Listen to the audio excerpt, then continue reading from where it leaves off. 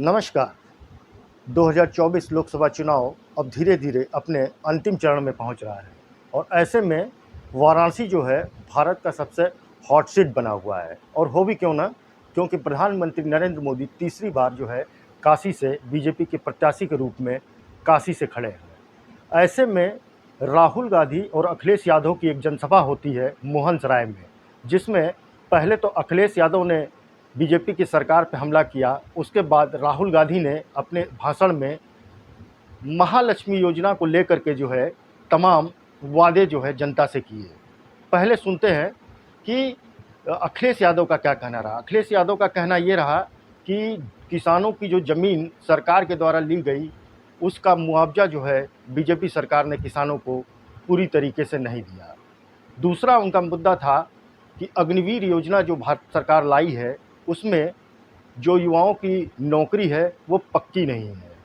और तीसरा उनका सबसे बड़ा मुद्दा था काशी को लेकर के। वो जहाँ भी अपना स्पीच इस समय दे रहे हैं तो क्वेटों को लेकर के तमाम जो है बयानबाजियाँ अपना वो कर रहे हैं।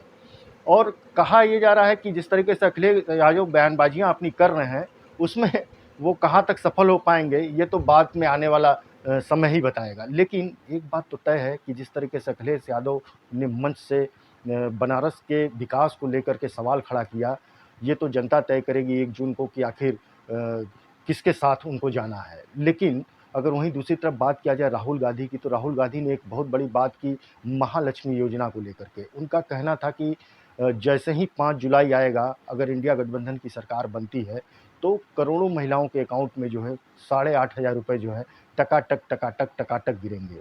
लेकिन ये तो आने वाला समय ही इसको तय करेगा कि महिलाओं के अकाउंट में पैसा जाएगा कि नहीं जाएगा। क्योंकि मीडिया रिपोर्ट के अनुसार जो है गरीबी रेखा से नीचे रहने वाली महिलाओं की जो परिवार की जो आंकड़ा निकाला गया है, उसमें लगभग 16 करोड़ से ऊपर जो है भारत के अंदर ऐसा परिवार रहता है जो गरीबी रेखा के नीचे रहता है। तो अगर एक परिवार में अगर 4 सदस्य होते हैं तो मान के चल सकते हैं कि करीब 4 करोड़ लोगों के अकाउंट में जो है संभवतः, ये एक एनालिसिस है, उसके तहत कहा जा रहा है कि लगभग 1 लाख रुपए की बात जो है राहुल गांधी कर रहे हैं। तो खैर ये तो एक चुनावी बात है, ये कितना अमली जामा पहनेगा इस चुनाव के बाद, ये तो समय इसको तय करेगा। लेकिन जिस तरीके से राहुल गांधी और अखिलेश यादव की जोड़ी मंच पे जुबानी हमला करते हुए मोदी सरकार पे नज़र आई, उनका ये भी कहना था जो काशी का जो विकास हुआ है पिछले 10 वर्षों में, वो यहाँ पे लोग देख सकते हैं। यहाँ पे कोई इंडस्ट्री अभी तक नहीं आई और यहाँ पे जो रोज़गार की बात की गई, उस तरीके का रोज़गार भी काशी को देखने को नहीं मिला। हाँ, एक चीज़ जो है अखिलेश यादव ने बड़ी ही गंभीरता से कहा कि बीजेपी की सरकार ने ये कहा था कि हमारी सरकार बनती है तो हम डिफेंस कॉरिडोर बनाएँगे और कॉरिडोर जब बनाएँगे तो तमाम चीज़ें जो है भारत में ही बनेंगी।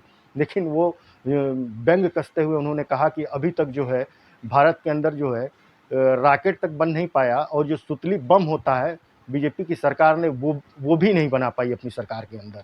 तो ये सब जुबानी बातें हैं। खैर 1 तारीख को जो है काशी के अंदर मतदान होना है और जनता तय करेगी कि वो नरेंद्र मोदी के साथ जा रही है, इंडिया गठबंधन के प्रत्याशी अजय राय के साथ जा रही है। अजय राय भी जो है काफ़ी हमलावर रहे हैं। अजय राय का अभी कुछ दिनों पहले मीडिया रिपोर्ट में देखा गया कि अजय राय गंगा के बीच में एक इंटरव्यू दे रहे थे, जिसमें वो कह रहे थे कि गंगा जो है स्वच्छ हुई नहीं, जबकि प्रधानमंत्री ये कहते हैं कि माँ गंगा ने उन्हें गोद लिया हुआ। अच्छा, एक बात और याद आ रही है कि राहुल गांधी इस समय मंच से एक बात और कह रहे हैं कि नरेंद्र मोदी तमाम अपने बयानों में ये कह रहे हैं, जनसभाओं में ये कह रहे हैं कि उनकी कनेक्टिविटी जो है परमात्मा से है।